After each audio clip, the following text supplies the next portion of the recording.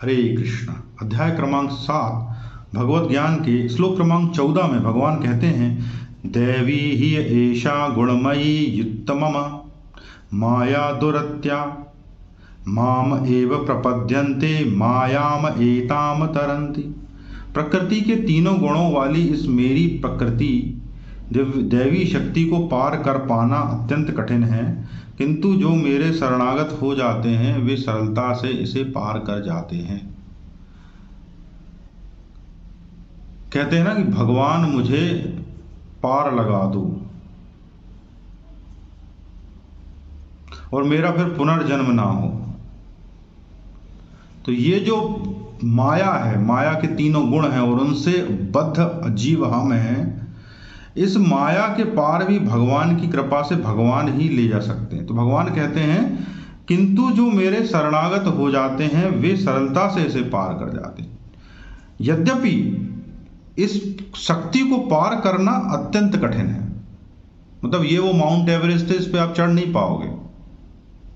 यद्यपि इस प्रकृति को पार करना अत्यंत कठिन है, परंतु जो मेरी शरण में आ जाते हैं, शरणागत हो जाते हैं भगवान की, उन शरणागतों को भगवान की शक्ति से आसानी से पार ले जाया जा सकता है। मायाम तु प्रकृतिम विद्यान मायिनो तु महेश्वरम। यद्यपि माया मिथ्या या नश्वर है, किंतु माया की पृष्ठभूमि में परम जादूगर भगवान है जो परम नियंता महेश्वर हैं। श्वेताश्वर उपनिषद 4.1।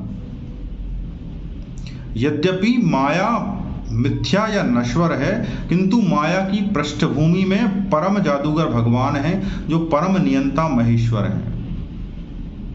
उपनिषद भी यही कहता है कि जो संसार के पार ले जाने वाली शक्ति है वह भगवान की शरण ही है।